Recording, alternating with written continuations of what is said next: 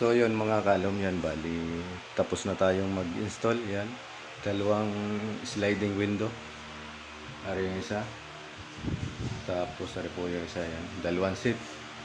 798 series ang ating ginamit na materialis, analog. Tapos may isang swing door. Yan, ang ating ginamit dyan ay 1/3 na tubular, tapos YP200 ang pinaka dingding, tapos doorknob po. Yan, ang ating hamba ay 1/3. Yan, simpleng design mga kalom. Yan, quality. Yo, hindi na tayo sa labas. Yun, yan po pag nakasara sa labas,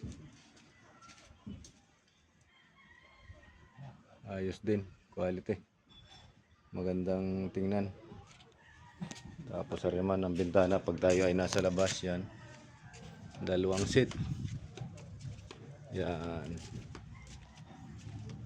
yun, thank you so much sa nagpagawa.